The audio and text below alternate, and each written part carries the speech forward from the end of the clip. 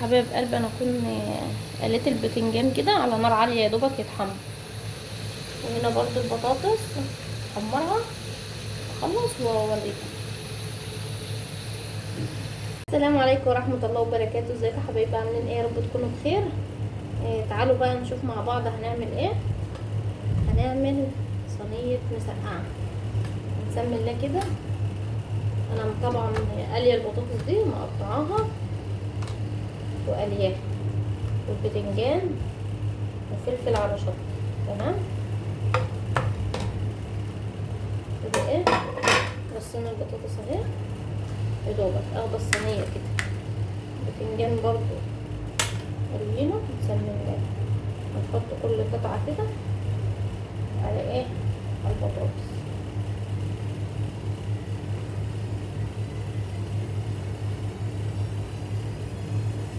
الصينيه هتاكلي احلى صينيه مسقعه حياتك كده على طريقتي. ودي فلفل برضو على شطه، عايزه بتحبهاش حاره اكتفي بالفلفل بس.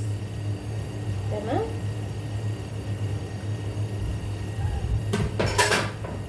رصيناها كده اهي.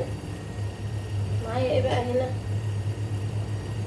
دي حته لحمه معصجه كانت باقيه من السمبوسه اللي احنا كنا عاملينها، فاكرينها؟ شلتها كده في التلاجة وهنزل بيها كده على ايه،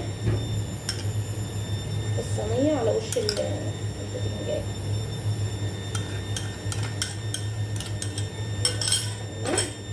معايا هنا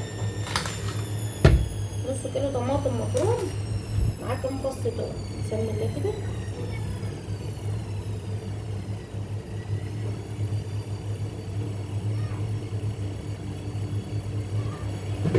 نحط ملح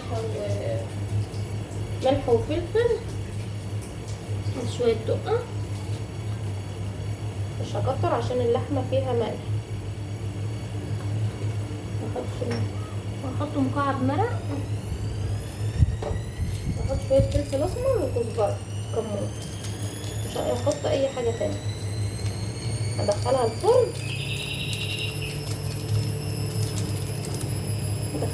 وارجع.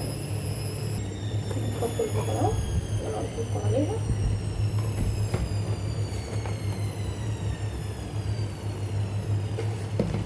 اقلب بس وش الحاجات دي، هي لما تغلي كل حاجه هتاخد من الطعم بتاعها كده. يلا ادخلها الفرن. ايه رايكم في التحفه دي؟ تحفه.